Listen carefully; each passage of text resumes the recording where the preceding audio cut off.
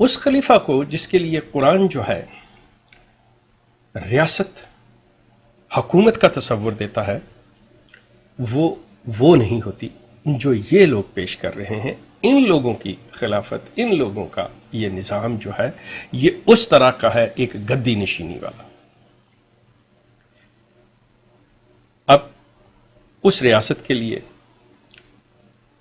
انہوں نے جو دجل اور فریب سے کام لیا اور اس خالصتاً اسلامی اصطلاح خلیفہ اور خلافت کو استعمال کیا، اس کے باقی لوازمات کے لیے انہوں نے پیسے اکٹھے کرنے شروع کیے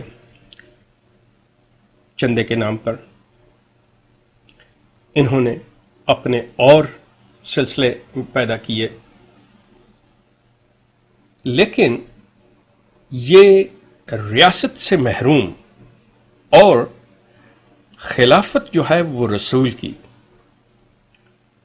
آپ تاریخ کو اٹھا کے دیکھ لیجئے، قرآن کا مطالعہ کیجئے، آپ کو جتنے بھی انبیاء کرام ملیں گے جن کے خلیفہ تھے، وہ ایک نبی اور رسول جو ہے وہ ایک حکومت، ایک ریاست اسٹیبلش کرتا ہے، اور اس کے بعد وہ اس کا جانشین جو ہیں، جو خلیفہ ہوتے ہیں، وہ اس چیز کو لے کے چلتے ہیں۔ اب یہاں پہ آپ غور کریں تو آپ کو فرق واضح نظر آئے گا کہ مرزا غلام احمد بے شک مدعی نبوت تھا، بے شک اس کا دعویٰ تھا کہ میں رسول ہوں، میں نبی ہوں، کوئی شخص بھی کہہ سکتا ہے، لیکن اس کا صحیح ہونا، حقیقی ہونا کوئی لازم نہیں کہ وہ صحیح تھا، اور جو کہ ہو ہی نہیں سکتا جبکہ دین مکمل ہو چکا، انبیاء کرام جتنے آنے تھے آ چکے، اب کوئی نبی نہیں، اب کوئی رسول نہیں، اب ان حضرت صلی اللہ علیہ وسلم کی قائم کردہ بنائی ہوئی ریاست جو ہے اس کو لے کے آگے چلنا تھا، جو کہ بہت دیر تک یہ سلسلہ چلتا رہا۔ اس کے بعد چونکہ شرط یہ ہے خلیفہ کے لیے کہ وہ ممتاز ہوتا ہے، اس کے پاس عقل، بصیرت اور فہم ہوتی ہے، اس کو ہر علم پر، ہر ممکنہ علم پر رسائی اور پوری طرح سے عبور حاصل ہوتا ہے، تو وہ اس کا اہل ہوتا ہے جس کی تقرری جو ہے مجلس شورا کرتی ہے، اور وہ باہمی مشاورت سے۔ یہ کوئی اس میں ولی عہد نہیں ہوتا کہ جس طرح یہ سلسلہ چلا رہے ہیں کہ جی باپ کے بعد بیٹا اور پھر اس کے بعد یہ سلسلہ چلتا رہے۔ یہ مذہبی پیروں فقیروں میں تو چل سکتا ہے، لیکن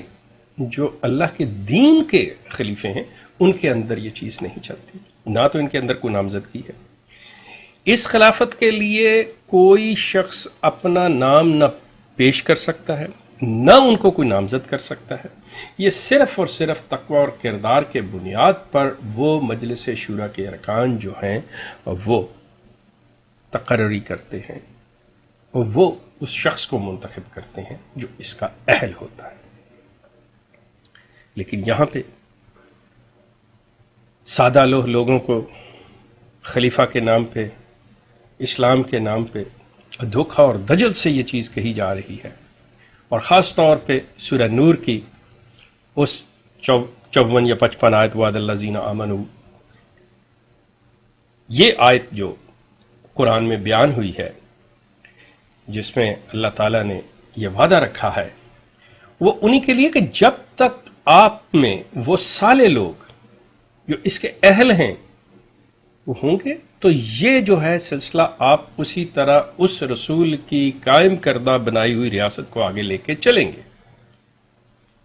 اس کے لیے حکومت لازمی ہے۔ یہ نہیں ہے کہ ایک گروہ اٹھا اور اس میں سے اس نے کہا جی کہ ہم اس کو نیک سمجھتے ہیں، ہم نے خلافت یہ قائم کر لی اور یہ ہماری خلافت کا سلسلہ جو ہے وہ شروع ہو گیا۔ یہ ایسی بات نہیں۔ خلافت کے لیے اولین شرط اقتدار، جہاں پہ خلیفہ قرآنی احکامات کا نفاذ اور ان احکامات کی تعمیل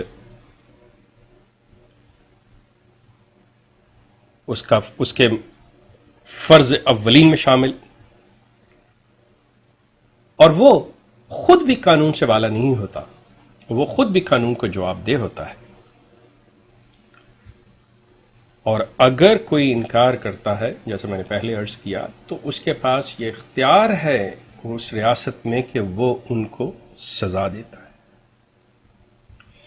جب تک یہ چیز نہیں، اور قوانین،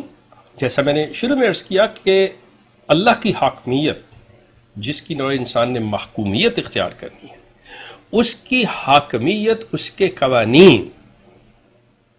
اور اس میں ایک چیز اور بھی سوال اٹھ سکتا ہے یا آ سکتا ہے کہ اگر بعض کوئی ایسا واقعہ، کوئی ایسا معاملہ پیش آ جائے جس کا ہمیں قرآن و سنت سے واضح حکم نہ ملتا ہو، تو پھر یہ مجلس شورا باہمی مشاورت سے خلیفہ ان کے سامنے وہ چیز رکھے گا، اور ان کی باہمی مشاورت سے ایک قرآنی قوانین کے اور قرآنی حدود کے اندر رہتے ہوئے اس کا حل دیکھ کر وہ آگے دیا جائے گا۔ یہ نہیں کہ اپنی مرضی سے جو جی چاہا، بیت المال سے بھی اسی طرح وظیفہ ان کا کہہ لیں، تنخواہ کہہ لیں، کہ خلیفہ کا بھی اور حکومتی اہلکار جو ان کے مددگار، جن کو ہم مجلس شورا کہتے ہیں، کہ وہ بھی اس میں سے اپنی ضرورت کی تنخواہ اور وظیفہ لیں گے۔ یہ نہیں کہ اپنی من مانی یا جتنا چاہیں وہ اس کو خرچ کر لیں، یہ کبھی نہیں ہو سکتا۔ میں یہ بات آپ کو واضح کرنا چاہ رہا تھا صرف اس لیے کہ یہ کوئی آمرانہ یا جمہوریت کا نظام نہیں جہاں پہ انسان قوانین بناتے ہیں یا ایک شخص کا قانون چلتا ہے، نہیں، یہ قرآنی قوانین پر مبنی ریاست ہوتی ہے جس کا سربراہ خلیفہ ہوتا ہے۔ یہ وہ نظام ہے خلافت کا۔ لیکن احمدیہ کلٹ نے اسلامی خالصتاً اصطلاحوں کا استعمال کر کے اس دجل اور فریب کے ساتھ لوگوں کو اپنے اس جال میں پھنسایا ہے کہ ہم بھی مسلمان ہیں، ہم بھی مسلمانوں کا ہی ایک فرقہ ہے، اور ان احادیث کے مطابق جس میں یہ کہا گیا کہ ایک گروہ ہوگا، ایک جماعت ہوگی جو صحابہ کے نقش قدم پر ہوگی، اور وہ ہم ہیں، یہ سراسر دجل، یہ سراسر فریب۔ آپ صحابہ کی اور رسول اللہ کی زندگی کو اٹھا کے دیکھ لیجئے، اس کے اندر آپ کو جو چیز ملے گی وہ یہی ملے گی کہ کہیں پر رسول اللہ نے اپنی ذات کو نہ آگے رکھا، نہ اپنی ذات کو منوایا، صرف اور صرف احکام الہی، قوانین خداوندی کو اولیت اور اسی پر عمل کرانا ہی آپ کا منصب تھا۔ لیکن یہاں پر کہ کوئی معاملہ ہو، خلیفہ کو خوش کریں، خلیفہ کی خوشنودی کے لیے، اس نظام خلافت میں، اسلامی نظام خلافت میں خلیفہ جو ہے اپنی ضرورت کا وظیفہ یا تنخواہ لیتا ہے، لیکن کوئی اسلامی خلیفہ جو ہے وہ نذرانے یا اس کے علاوہ لفافے وصول نہیں کرتا کہ اپنی جگہ اور دولت جو ہے نا وہ جمع کرے۔ لیکن جو کلٹ ہوتے ہیں، جو اس طرح کے سلسلے دھوکہ اور دھجل پر ہوتے ہیں، وہ نذرانے، لفافے، اس طرح کی چیزیں لیا کرتے ہیں۔ یہ جان لیجئے کہ اسلامی نظام خلافت اور خلیفہ اور یہ جو احمدیہ کلٹ پیش کر رہا ہے، زمین آسمان کا اس میں فرق ہے۔ یہ ایک اسلام کی شکل کو بگاڑنے کی ایک سازش ہے جس کے لیے یہ تمام اصطلاحیں استعمال کی گئی ہیں